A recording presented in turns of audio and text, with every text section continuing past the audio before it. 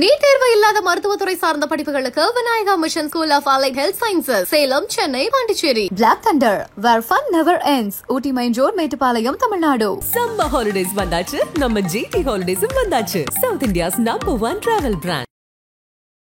தென்மேற்கு வங்கக்கடலில் தமிழகத்தை ஒட்டி நிலவிய காற்று சுழற்சியின் விளைவாக அடுத்த 2 தினங்கள், அதாவது தமிழகத்தின் வட மாவட்டங்கள், குறிப்பாக சென்னை, திருவள்ளூர், காஞ்சிபுரம், செங்கல்பட்டு மற்றும் அதனை ஒட்டி இருக்கக்கூடிய வேலூர், ராணிப்பேட்டை, திருப்பத்தூர், கிருஷ்ணகிரி, தருமபுரி போன்ற மாவட்டங்கள்ல கனமழையும் நம்ம எதிர்பார்க்கலாம். இன்று முதல் சென்னையில நல்ல மழை பொழிவுக்கான வாய்ப்புகள் இருக்கு. குறிப்பாக மாலை, இரவு, நள்ளிரவு நேரம் தென்கிழக்கு அரபிக்கடல் மற்றும் அதனை ஒட்டிய கர்நாடகா கடலோர பகுதிகளில் புதிய காற்றழுத்த தாழ்வு பகுதி உருவாக இருக்கு. இந்த காற்றழுத்த தாழ்வு பகுதி படிப்படியாக வலுவடைந்து மே 25, 26 தேதி வாக்குல புயலாக வலுப்பெறும் என எதிர்பார்க்கப்படுது அரபிக்கடல்ல. அப்படி புயலாக மாறும் போது அந்த புயலுக்கு சக்தி என்று பெயரிடப்படும்.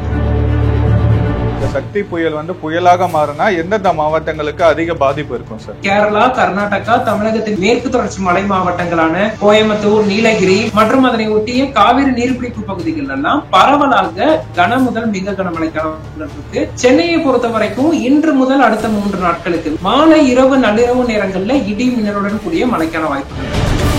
வருதா புயல் அளவுக்கு பாதிப்பை ஏற்படுத்த வாய்ப்பு இருக்கா? இந்த ஆண்டு தென்மேற்கு பருவமழை 1 வார காலத்துக்கு முன்னதாகவே தொடங்கும் போதே தீவிரமடைய இருக்கு.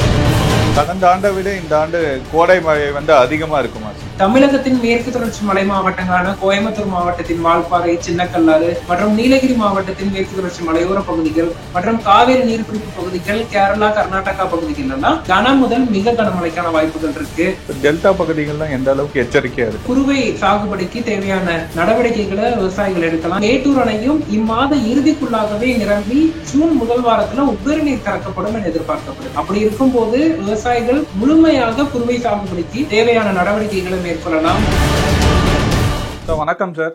வணக்கம் சார். நம்ம தமிழ்நாட்டுல 2 சுழல் உருவாயிருக்கு. அடுத்த 1 வாரத்துக்கு கடுமையான மழை இருக்குன்ற மாதிரி எல்லாம் சொல்லியிருக்காங்களே சார். குறிப்பா பார்த்தோம்னா தமிழகத்துல கடந்த சில நாட்களாகவே பரவலாக மழை பதிவாகிட்டு இருக்கு. குறிப்பாக வட மாவட்டங்கள், வட கடலோர மாவட்டங்கள், வடக்கு உள் மாவட்டங்கள், மத்திய மாவட்டங்கள், டெல்டா மாவட்டங்கள் என மாநிலத்தில் பரவலாக இடி மின்னலுடன் கூடிய கனமழை பதிவாகிட்டு இருக்கிறத பார்க்க முடிகிறது. மார்ச் 1ஆம் தேதி முதல் மே 20ஆம் தேதி வரையிலான கோடை காலத்துல தமிழகத்தில் மாநிலம் முழுவதும் சராசரியாக 20 சென்டிமீட்டர் மழைப்பொழிவு பதிவாகி இருக்கு. இது இயல்பை விட 95% அதிகமாக பார்க்கப்படுது. கிட்டத்தட்ட நமக்கு கோடை காலத்துல கிடைக்க வேண்டிய மழையை விட 2 மடங்கு மழைப்பொழிவு கிடைத்திருக்கு. அதற்கு காரணம் என்ன அப்படின்னு பாத்தீங்கன்னா, மார்ச் மாதம், ஏப்ரல் மாதம், தற்போது மே மாதம் என ஒவ்வொரு மாதமும் காற்று சுழற்சி உருவாகி கோடைக்கால வெப்பச்சலன இடிமலையை தீவிரமடைந்து தமிழகத்தில் பரவலாக மழைப்பொழிவு கொடுத்துட்டு இருக்கிறத பார்க்க முடிகிறது. அப்படி பார்க்கும்போது தென்மேற்கு வங்கக்கடலில் தமிழகத்தை ஒட்டி நிலவிய காற்று சுழற்சியின் விளைவாக கடந்த சில நாட்களாக பரவலாக தமிழகத்தில் மழை பதிவாகிட்டு இருக்கு. இந்த காற்று சுழற்சி மத்திய மேற்கு வங்கக்கடல் மற்றும் அதனை ஒட்டிய தெற்காந்திர கடலோர பகுதி நோக்கி நகரக்கூடும் என எதிர்பார்க்கப்படுது.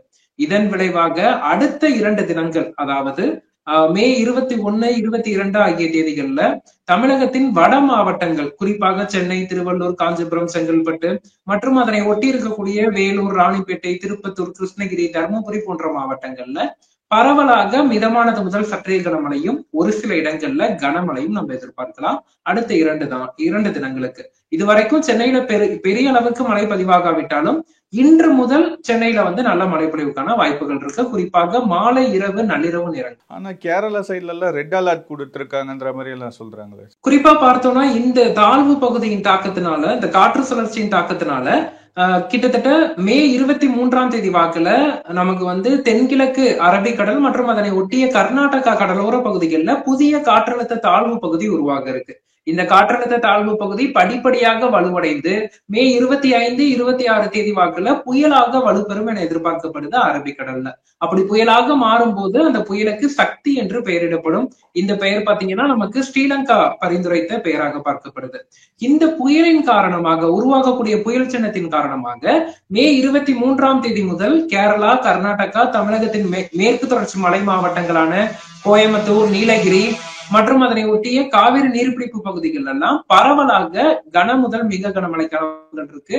தென்மேற்கு பருவமழையும் இயல்புக்கு முன்னதாக ஜூன் 1ஆம் தேதி தொடங்கக்கூடிய தென்மேற்கு பருவமழை இந்த ஆண்டு மே 24ஆம் தேதியே கேரளா மற்றும் தமிழகத்துல தொடங்குவதற்கான வாய்ப்புகள் இருக்கு. இப்ப நீங்க சொன்னீங்க இல்லையா, அந்த சக்தி புயல் புயலாக மாறினா எந்தெந்த மாவட்டங்களுக்கு அதிக பாதிப்பு இருக்கும் சார்? குறிப்பா பார்த்தோம்னா தமிழகத்திற்கு இந்த புயல்னால எந்தவித நேரடி தாக்கமும் பாதிப்பும் இருக்காது. இப்ப தற்போது பெய்யக்கூடிய வெப்பச்சலன இடிமலையும் அடுத்த 2 நாட்கள்ல வெகுவாக குறையும் அப்படின்னு எதிர்பார்க்கலாம்.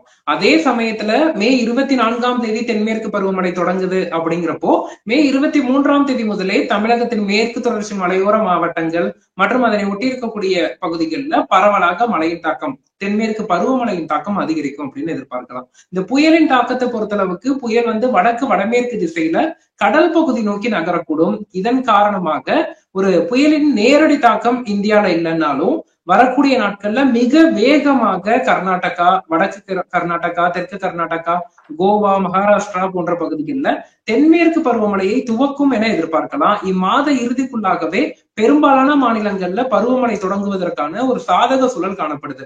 குறிப்பாக வடகிழக்கு இந்தியா மற்றும் கேரளா, கர்நாடகா போன்ற பகுதிகளில் மே 24ஆம் தேதி முதல் 27, 28ஆம் தேதிக்குள்ளாகவே முழுமையாக தொடங்குவதற்கான சாதக சூழலை இந்த புயல் சின்னம் ஏற்படுத்தும்னு நம்ம எதிர்பார்க்கலாம். சென்னையில எந்த அளவுக்கு பாதிப்பு இருக்கும் சார் இந்த புயலா மாறுச்சுன்னா? இப்போ இது வருடா புயல் அந்த மாதிரி விஷயங்கள்லாம் மாறுச்சுன்னா? இல்ல, நமக்கு சென்னையை பொறுத்த வரைக்கும் இந்த புயல் அரபிக்கடல்ல உருவாகுது. முழுமையாக நமக்கு கேரளா, கர்நாடகா மற்றும் அதனை ஒட்டி இருக்கக்கூடிய மாநிலங்கள்ல தென்மேற்கு பருவமழையை தீவிரப்படுத்தும் அப்படின்னு தான் எதிர்பார்க்கப்படுது. சென்னையை பொறுத்த வரைக்கும் இன்று முதல் அடுத்த 3 நாட்களுக்கு மே 20, 21, 22 ஆகிய தேதிகள்ல மாலை, இரவு, நள்ளிரவு நேரங்கள்ல இடி மின்னலுடன் கூடிய மழைக்கான வாய்ப்புகள் இருக்கு. இந்த மழையின் காரணமாக சென்னையில வெப்பநிலை சற்று குறைந்து காணப்படும். அதே போல அடுத்து வரக்கூடிய நாட்கள்லயும் சென்னையில வெப்பநிலை வெகுவாக அதிகரிப்பதற்கான வாய்ப்புகள் குறைவாகவே பார்க்கப்படுது. ஜூன் முதல் வாரத்துல மீண்டும் தமிழகத்தில் வெப்பநிலை உயரும் அப்படின்னு எதிர்பார்க்கலாம். தற்போது தமிழகத்தில் பெய்து வரும் மழைப்பொழிவு நாளை முதல் படிப்படியாக பிற மாவட்டங்கள்ல குறைய தொடங்கும். குறிப்பாக மத்திய மாவட்டங்கள், டெல்டா மாவட்டங்கள், தென் மாவட்டங்கள் எல்லாம் பதிவாகி இருக்கக்கூடிய மழைப்பொழிவு நாளை முதல் குறையும் அப்படின்னு நம்ம எதிர்பார்க்கலாம். இப்ப இந்த சக்தி புயல் உருவாச்சுன்னா இந்த வருடா புயல் அளவுக்கு பாதிப்பை ஏற்படுத்த வாய்ப்பு இருக்கா மற்ற மாநிலங்கள்ல? குறிப்பா பார்த்தோம்னா இந்த புயல் நமக்கு நேரடியாக கரையை கடக்க போறது இல்ல. இது தென்மேற்கு பருவமழையை துவக்குவதற்கான ஒரு சாதக சூழலை தான் ஏற்படுத்த போகுது. அது கடல்லையே சில நாட்கள் பயணித்து பிறகு குஜராத் அல்லது மகாராஷ்டிரா மாநிலம் நோக்கி நகரும் அப்படின்னு எதிர்பார்க்கலாம். அப்படி நகரும் போதும் பெரிய காற்று பாதிப்பை ஏற்படுத்தாது. பரவலாக தென்மேற்கு பருவமழை தீவிரமடைய வைத்து மழைப்பொழிவை கொடுக்கும் அப்படின்னு நம்ம எதிர்பார்க்கலாம். இந்த ஆண்டு தென்மேற்கு பருவமழை இயல்புக்கு முன்னதாக 1 வார காலத்திற்கு முன்னதாகவே தொடங்க இருக்கு. தொடங்கும் போதே தீவிரமடைய இருக்கு. இதன் காரணமா மே 24ஆம் தேதி முதல் மே 31ஆம் தேதி வரையிலான காலகட்டத்தில் தமிழகத்தின் மேற்கு தொடர்ச்சி மலை மாவட்டங்களான கோயம்புத்தூர் மாவட்டத்தின் வால்பாறை, சின்னக்கல்லாறு மற்றும் நீலகிரி மாவட்டத்தின் மேற்கு தொடர்ச்சி மலையோர பகுதிகள் மற்றும் காவேரி நீர்பிடிப்பு பகுதிகள், கேரளா, கர்நாடகா பகுதிகள் எல்லாம் பரவலாக கன முதல் மிக கனமழைக்கான வாய்ப்புகள் இருக்கு. நீர்பிடிப்பு பகுதிகளில் அதிக மழை பதிவாகி நீர்வரத்து, தமிழக அணைகளுக்கான நீர்வரத்து வெகுவாக அதிகரிக்கும். குறிப்பாக மேட்டூர் அணை பாத்தீங்கன்னா தற்போதே 109 அடி கிட்ட தாண்டி விட்டது. அடுத்து வரக்கூடிய சில தினங்கள்ல இம்மாத இறுதிக்குள்ளாகவே நிரம்புவதற்கான சாதக சூழலும் காணப்படுது. ஏன்னா போன வருஷமே பாத்தீங்கன்னா இந்த திருவண்ணாமலை பகுதியெல்லாம் பாத்தீங்கன்னா கனமழை பெஞ்சனால அந்த நிலச்சரிவு எல்லாம் ஏற்பட்டது இல்லையா சார்? அந்த அளவுக்கு கனமழை வர வாய்ப்பு இருக்கா? அதாவது திருவண்ணாமலையில ஏற்பட்ட பாதிப்பு அப்படின்னு பாக்குறது நம்ம வடகிழக்கு பருவமழை காலத்துல பெஞ்சல் புயல் நவம்பர் மாதம் கரையை கடக்கும் போது பாதிப்பை ஏற்படுத்தினது. இது தென்மேற்கு பருவமழை தொடங்குது. கடந்த ஆண்டு நமக்கு பார்த்தோம், வயநாடு பகுதிகளில் ஒரு திடீரென ஒரு நிலச்சரிவு ஏற்பட்டு பெரும் பாதிப்பு ஏற்பட்டது. அதற்கான முக்கிய காரணம் 10 நாட்கள் தொடர்ந்து கனமழை பதிவானது. அது போன்று இந்த ஆண்டு பார்த்தீங்கன்னா நமக்கு தென்மேற்கு பருவமழை இயல்புக்கு அதிகமான மழைப்பொழிவை தான் கொடுக்க இருக்கு கேரளா, கர்நாடகா போன்ற மாநிலங்கள்ல. அப்படி பார்க்கும்போது தொடர்ச்சியாக பருவமழை தீவிரமடைந்து காணப்படும் நாட்கள்ல, அதாவது இப்போ நம்ம குறிப்பிட்டோம்னா மே 24ஆம் தேதி முதல் 31ஆம் தேதி வரையிலான காலகட்டத்தில் கேரளா, கர்நாடகா மற்றும் மேற்கு தொடர்ச்சி மலையோர மாவட்டங்கள்ல பருவமழை தீவிரமடைந்து காணப்படும் எதிர்பார்க்கப்படுது. அது போன்ற ஒரு தீவிரமான பருவமழை காலத்துல பொதுமக்கள் சுற்றுலா பயணிகள் அந்த மேற்கு தொடர்ச்சி மலையோர பகுதிகளுக்கு, அதே போல நீர்வீழ்ச்சிகளுக்கு ட்ரெக்கிங் போறது இது போன்றவற்றை தவிர்த்துக் கொள்வது மிகவும் நல்லது அப்படின்னு எதிர்பார்க்கிறோம். சுற்றுலா தலங்களுக்கு எல்லாம் போகக்கூடாது. குறிப்பா நீர்வீழ்ச்சிகள் மற்றும் மேற்கு தொடர்ச்சி மலையோர பகுதிகளுக்கு நம்ம அந்த பருவமழை தீவிரமான நாட்கள்ல செல்வதை தவிர்த்துக் கொள்வது நல்லது. கடந்த ஆண்டை விட இந்த ஆண்டு கோடை மழை அதிகமா இருக்குமா சார்? ஆமா, கிட்டத்தட்ட நமக்கு இயல்பை விட 2 மடங்கு மழைப்பொழிவு கிடைத்திருக்கு. இதற்கான காரணம் என்ன அப்படின்னு பாத்தீங்கன்னா, நமக்கு எல்லினோ போன்ற ஆண்டுகள் எல்லாம் வெப்பம் அதிகமாக இருக்கும், வெப்ப அலையின் தாக்கம் அதிகமாக இருக்கும். இந்த ஆண்டு பார்த்தோம்னா நமக்கு வெப்பத்தின் தாக்கம் குறைவாக தான் இருக்கும், இயல்புக்கு அதிகமான மழைப்பொழிவு பதிவாகும் அப்படின்னு நம்ம எதிர்பார்த்தோம். அதற்கு சாதகமான கடல் சார்ந்த அலைவுகளும் தற்போது நிலவக்கூடிய நடுநிலையான என்சோ அமைப்பும், அதாவது உருவான லானினா தற்போது கொஞ்சம் வலுவிழந்திருக்கு. அதன் காரணமா நமக்கு வெப்பம் தணிந்து இயல்புக்கு அதிகமான மழைப்பொழிவு கொடுத்திருக்கு. அடுத்து வரக்கூடிய தென்மேற்கு பருவமழை காலத்திலையும் நமக்கு ஜூன், ஜூலை, ஆகஸ்ட், செப்டம்பர் மாதங்கள்லயும் தமிழகத்தில் பகல் நேரத்துல தெளிவான வானத்துடன் வெப்பமான சூழல் நிலவினாலும் மாதத்திற்கு ஒரு முறை, அதாவது ஜூன் மாதம்னு எடுத்துட்டா ஒரு வார காலத்திற்கு தமிழகத்தில் பரவலாக மழைப்பொழிவு எதிர்பார்க்கலாம். குறிப்பாக மாலை, இரவு, நள்ளிரவு நேரங்கள்ல இடி மின்னலுடன் கூடிய கனமழையாக அமையும். அதே போல ஜூலை மாதம், ஆகஸ்ட் மாதம் என மாதந்தோறும் ஒரு முறை ஒரு வாரத்திற்கு நம்ம தமிழகத்தின் அனைத்து மாவட்டங்களையும் பரவலான மழைப்பொழிவுக்கான வாய்ப்புகள் அடுத்து வரக்கூடிய 3-4 மாதங்களுக்கும் இருக்கு. அப்படி பார்க்கும்போது தென்மேற்கு பருவமழையும் இந்த ஆண்டு தமிழகத்தில் இயல்புக்கு அதிகமான மழைப்பொழிவையே கொடுக்கும் அப்படின்னு நம்ம எதிர்பார்க்கலாம். இந்த ஆண்டு பாத்தீங்கன்னா நம்ம ஜனவரி மாதம் முதலே இயல்புக்கு அதிகமான மழைப்பொழிவு தான் தமிழகம் பார்த்துட்டு இருக்கு. குறிப்பா ஜனவரி, பிப்ரவரி ஆகிய குளிர்காலத்திலையும் இயல்புக்கு அதிகமான மழைப்பொழிவு பதிவானது. அதனைத் தொடர்ந்து மார்ச், ஏப்ரல், மே போன்ற கோடை காலத்திலையும் இயல்புக்கு அதிகமான மழைப்பொழிவு பதிவாகி இருக்கு. தற்போது வரக்கூடிய தென்மேற்கு பருவமழை காலமான ஜூன், ஜூலை, ஆகஸ்ட், செப்டம்பர் மாதங்கள்லயும் தமிழகத்தில் இயல்புக்கு அதிகமான மழைப்பொழிவு பதிவாகும். இயல்புக்கு அதிகமான மழைப்பொழிவு பதிவானாலும் புயல் சின்னமோ அல்லது புயல் பாதிப்பு இது போன்றவற்று நமக்கு தமிழகத்துல இருக்காது. மாலை, இரவு, நள்ளிரவு நேரங்கள்ல இடியுடன் கூடிய வெப்பச்சலன மழையாகவும் காற்று சுழற்சியுடன் இணைந்த வெப்பச்சலன மழையாகவும் அமைந்து பொதுமக்களுக்கும் விவசாயிகளுக்கும் நிலத்தடி நீர்மட்டத்தை உயர்த்துவதற்கும் சாதகமான மழைப்பொழிவாக அமையும். குறிப்பா கடலோர மாவட்டங்கள்ல ஜூன், ஜூலை, ஆகஸ்ட் மாதங்கள்லயும், உள் மாவட்டங்கள்ல ஆகஸ்ட், செப்டம்பர் மாதங்கள்லயும் இந்த வெப்பச்சலன இடிமலை தீவிரமடைந்து மழைப்பொழிவு கொடுக்கும்னு எதிர்பார்க்கப்படுது. இது என்ன காரணம் சார், இந்த சடனா இந்த காலநிலை மாற்றங்கள்? அதாவது குறிப்பா இது நமக்கு இந்த என்சோ அமைப்பை பொறுத்துதான் கடல் சார்ந்த அலைவுகள்லாம் பயணிக்கும். குறிப்பா நமக்கு இந்த எல்லினோ அல்லது நடுநிலையான என்சோ இது போன்ற ஒரு ஆண்டுகள் எல்லாம் பார்த்தோம்னா மிக கடல் சார்ந்த அலைவுகள் சாதகமற்ற நிலையில இருக்கும். அதன் காரணமா நீண்ட நாட்கள் வறண்ட வானிலையை தமிழகம் பார்த்துட்டு இருந்த வருடங்கள்லாம் இருக்கு. ஆனால் இந்த ஆண்டு பாத்தீங்கன்னா அப்படி நீண்ட நாட்களுக்கு வறண்ட வானிலைக்கு சாதகமான ஒரு நிலை அப்படிங்கிறது இல்லை. இந்த கடல் சார்ந்த அலைவுகளும் சாதகமாக இருக்கும் அப்படின்னு எதிர்பார்க்கப்படுவதனால நமக்கு மாதத்திற்கு ஒரு வாரம் நல்ல ஒரு மழைப்பொழிவுக்கான சாதக சூழல் நிலவும். பிற நாட்கள்ல ஒரு வாரத்திற்கு, மாதத்திற்கு வெப்பமும் அதிகரித்து காணப்படும். இந்த ஆண்டு பார்த்தோம்னா வெப்பம் அறவே இல்லை, கோடைக்காலம் முடிவடைஞ்சிட்டு அப்படின்னு நம்ம எடுத்துக்க முடியாது. இயல்பான வெப்பம் இருக்கும். இப்ப நமக்கு பாத்தீங்கன்னா மே மாதத்திலேயே கடந்த சில நாட்களுக்கு முன்னதாக 40 டிகிரி செல்சியஸ் அளவுக்கு தமிழகத்துல வெப்பநிலை வந்துச்சு. அதன் பிறகு தற்போது நிலவக்கூடிய மழை வானிலையின் காரணமா வெப்பநிலை வெகுவா குறைந்திருக்கு. அதே போல ஜூன் மாதமும் குறிப்பா ஜூன் 5ஆம் தேதி வாக்குல பாத்தீங்கன்னா நமக்கு வெப்பநிலை தமிழகத்தில் மீண்டும் உயரக்கூடும். கடலோர மாவட்டங்களான சென்னை, கடலூர், புதுச்சேரி, நாகப்பட்டினம் உள்ளிட்ட பகுதிகளிலேயே 40 டிகிரி செல்சியஸ் அளவுக்கு வெப்பநிலை உயர்வதற்கான வாய்ப்புகள் இருக்கு ஜூன் மாதத்துல. அப்படி உயர்ந்தாலும் அதனை அடுத்து வரக்கூடிய நாட்கள்ல இதே போன்ற ஒரு காற்று சுழற்சி உருவாகி மழைப்பொழிவு தந்து அந்த வெப்பத்தை தணித்து விடும் அப்படின்னு நம்ம எதிர்பார்க்கலாம். அப்படி பார்க்கும்போது அடுத்து வரக்கூடிய சில மாதங்கள் இயல்பான வெப்பமும் மழைப்பொழிவு இயல்புக்கு அதிகமாகவும் அமைந்து சாதகமாக அமையும். குறிப்பா ஜூன் 15ஆம் தேதி வாக்குல தமிழகத்திற்கு அருகே ஒரு புதிய காற்று சுழற்சி உருவாகி தமிழகத்தில் மீண்டும் தென்மேற்கு பருவமழை வெப்பச்சலன மழையுடன் கூடிய அந்த காற்று சுழற்சி மழைப்பொழிவை தீவிரப்படுத்தும் அப்படின்னு நம்ம ஜூன் மாதத்திலையும் எதிர்பார்க்கலாம். ஜூன் 15 முதல் 23க்கு இடைப்பட்ட நாட்கள்ல பரவலாக சென்னை உட்பட அனைத்து மாவட்டங்கள்லயும் மழைக்கான வாய்ப்புகள் இருக்கு. டெல்டா பகுதிகள்லாம் எந்த அளவுக்கு எச்சரிக்கையா இருக்கு? டெல்டா பகுதிகளை பொறுத்த அளவுக்கு இந்த மழைப்பொழிவு மிகவும் சாதகமான மழைப்பொழிவாக தான் பார்க்கப்படுது. குறுவை சாகுபடிக்கு தேவையான நடவடிக்கைகளை விவசாயிகள் எடுக்கலாம். ஏன்னா நமக்கு டெல்டா மாவட்டங்கள்ல தொடர்ந்து மார்ச், ஏப்ரல், மே என்று மாதந்தோறும் பரவலாக மழை பதிவாகி இருக்கு.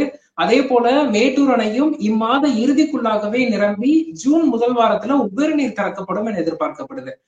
இயல்பாக ஜூன் 12ஆம் தேதி திறக்கப்பட வேண்டிய மேட்டூர் அணை இந்த ஆண்டு முன்னதாகவே திறக்கும்னு எதிர்பார்க்கப்படுது. அப்படி இருக்கும்போது விவசாயிகள் முழுமையாக குறுவை சாகுபடிக்கு தேவையான நடவடிக்கைகளை மேற்கொள்ளலாம். மயிலாடுதுறை, காரைக்கால், நாகப்பட்டினம், திருவாரூர், தஞ்சாவூர் உள்ளிட்ட மாவட்டங்கள்ல மேட்டூர் அணை நிரம்பி உபரி நீரும் திறக்கப்படும்.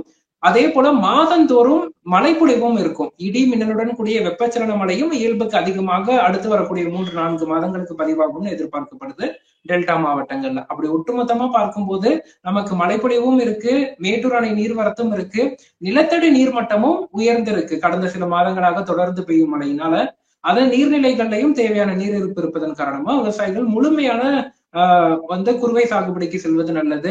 அரசு அதற்கு தேவையான முன்னேற்பாடுகளை தற்போதே எடுக்க வேண்டும். பல இடங்கள்ல குறுவை விதைகள் பற்றாக்குறை நிலவுவதை நம்ம பார்க்க முடிகிறது. அதுவும் நேர்த்தியான நெல்களையும் மழையில சாயாத தன்மை கொண்ட நெல் வகைகள் தட்டுப்பாடு நிலவுது. TPS 5 மற்றும் ஆடுதுறை 57 போன்ற நெல் வகைகள்லாம் தற்போது தட்டுப்பாடு நிலவி கொண்டு இருக்கிறது. அதற்கு தேவையான நடவடிக்கைகளை அரசும் எடுக்க வேண்டும் என கேட்டுக்கொள்கிறேன். இந்த சக்தி புயல் உருவாக வாய்ப்பு இருக்கா சார்? சக்தி புயல் பாத்தீங்கன்னா 23ஆம் தேதி அரபிக்கடல் பகுதிகளில் காற்றழுத்த தாழ்வு பகுதி உருவாகுது. அந்த தாழ்வு பகுதி வலுவடைந்து படிப்படியாக நன்கமைந்த காற்றழுத்த தாழ்வு பகுதியாகவும் காற்றழுத்த தாழ்வு மண்டலமாகவும் படிப்படியாக வலுவடைந்து புயலாக மாறும் என எதிர்பார்க்கப்படுது. இது புயலாக மாறினாலும் இந்தியாவின் கடலோர பகுதிகளுக்கு பெரிய பாதிப்பை ஏற்படுத்தாது. மாறாக தென்மேற்கு பருவமழையை துவக்குவதற்கான ஒரு சாதக சூழல், அதாவது மிக விரைவாகவே துவக்கக்கூடும் அப்படின்னு நம்ம எதிர்பார்க்கலாம். நம்ம கேரளா, கர்நாடகா, ராயல்சீமா, தெலுங்கானா, ஆந்திரா போன்ற மாநிலங்கள் எல்லாம் ஜூன் முதல் வாரத்துக்குள்ளாகவே ஒட்டுமொத்தமாக மிக வேகமாக தென்மேற்கு பருவமழையை தூக்குவதற்கு இந்த புயல் சின்னம் காரணமாக அமையும் அப்படின்னு எதிர்பார்க்கலாம். இம்மாத இறுதி நாட்கள்ல குறிப்பா ஒரு மே 27ஆம் தேதி வாக்குல வடக்கு வங்கக்கடல் பகுதியிலும் ஒரு காற்றழுத்த தாழ்வு பகுதி உருவாகக்கூடும். அந்த தாழ்வு பகுதியின் காரணமா வடகிழக்கு மாநிலங்கள் மற்றும் அதனை ஒட்டி இருக்கக்கூடிய ஒடிசா போன்ற பகுதிகள் எல்லாம் தென்மேற்கு பருவமழை தொடங்குவதற்கான சாதக சூழல் ஏற்படும் எதிர்பார்க்கலாம். ரொம்ப நன்றி சார், நிறைய விஷயங்கள் சொன்னீங்க. நீட் தேர்வு இல்லாத மருத்துவத்துறை சார்ந்த படிப்புகளுக்கு Vinayaka Mission School of Allied Health Sciences, Salem, Chennai, Pondicherry. Black Thunder, where fun never ends. Ooty main road, Mettupalayam, Tamil Nadu. Summer holidays வந்தாச்சு, நம்ம GT ஹாலிடேஸும் வந்தாச்சு. South India's number 1 travel brand.